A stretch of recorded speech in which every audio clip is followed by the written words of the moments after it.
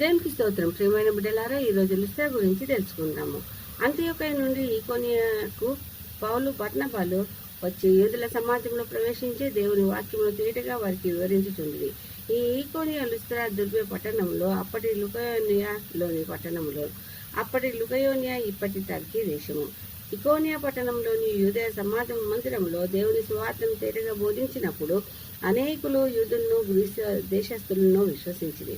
కొందరు విశ్వసింపని వారు అన్యజనులను పురికొల్పి వారిపై పగ పుట్టించారు. అయినప్పటికీ వారు ప్రభువును ఆనుకుని ఎంతో ధైర్యంతో మాట్లాడుతూ అక్కడనే ఉండి బహుకాలము గడిపింది. ఈ పరిస్థితుల్లో కూడా దేవుడు వారితో ఎన్నో సూచక్రియలను అద్భుతములను చేయించి దేవుని వాక్యమునకు సాక్షులుగా నిలిపినాడు. అయితే ఆ పట్టణంలో భేదములు పుట్టగా జన సమూహంలో కొందరు యోధులు తట్టును, మరికొందరు అపోస్తుల పక్షముగాను నిలబడి ఎవరైతే వీరికి వ్యతిరేకంగా ఉన్నారో వారు అన్యజనుల అధికారులతో కూడి వారిపైకి రాళ్లు రువ్వి చంపవలనని వారి ఆలోచనను ఎరిగేవారు అక్కడి నుండి లుస్త్రాకును దుర్బేకును పారిపోయి అక్కడ సువార్తను ప్రకటించింది. లుస్త్రా పట్టణము ఎంతో ఘనమైన పట్టణము. లుస్త్రా అనగా అందము అని అర్థము. Gentle shine, soft glow, A glow of reflected light అని అర్థాలు కలిగి ఉన్నది. అయితే బైబిల్ గ్రంథంలో దీనికి ఎంతో ప్రాముఖ్యమైనదిగా ఉన్నది. దేవుని కొరకు ప్రజలు వెళ్ళిన స్థలముగా లుస్త్రా అంటే అందమే కాకుండా దేవుని కొరకు ప్రజలు వెళ్ళిన స్థలముగా గుర్తింపబడ్డది. అయితే ఈ లుస్త్రా పట్టణం ఎంతో ఘనమైనదిగా ఉండుటకు కారణము ఎందుకనగా ఈ పట్టణం నుండి ఎంతో మంది దేవుని శిష్యులుగా మార్చబడి బూదిగంతములకు సువార్త ప్రకటించుటకై వెళ్ళినారు.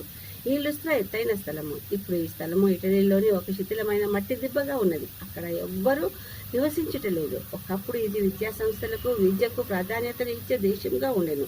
వ్యాపార కేంద్రములకు నిలయముగా ఉండెను. సమాజ మందిరములు కూడా ఉండెను. ఇచ్చట యోధులు ఎక్కువగా నివసించేవారు. అక్కడ వారు లికోయేనియా భాషలో మాట్లాడేవారు. లుస్త్రాకి పౌలు బర్నబాలు వచ్చి సువార్తను ప్రకటిస్తున్నప్పుడు అక్కడ ఒక పుట్టుకుంటివాడు బలహీన పాదములను కలిగి నడవలేక కూర్చుని ఉన్నాడు. వాడు పౌలు మాటలను వినును. పౌలు వారిని తేరి చూసినప్పుడు అతను విశ్వాసములను గ్రహించి నీ పాదంలో మోపి సరిగ్గా నిలుమని బిగ్గరగా చెప్పినాడు. వెంటనే అతడు గంతులు వేసి నడవసాగాను.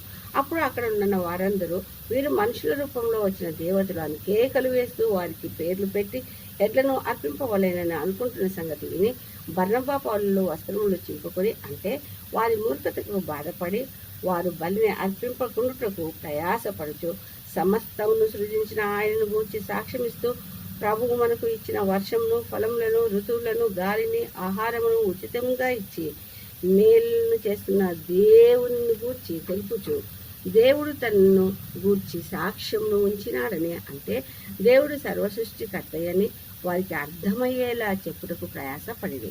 ఆ సమయంలోనే అంతియోకయ నుండి ఈకొనియ నుండి యోధులు వచ్చి జన సమూహములను తన పక్షముగా చేసుకొని పౌలు మీద రాళ్ళు రువ్వి అతడు చనిపోయినని అనుకొని అతని పట్టణం వెలుపలకి ఈడ్చిరి. అయితే శిష్యులందరూ అతని చుట్టూ నిలిచి ఉండగా అతడు లేచి పట్టణంలో ప్రవేశించి మర్నాడు బర్నబాతో కూడా దెర్బేకు బయలుదేరిపోయాను.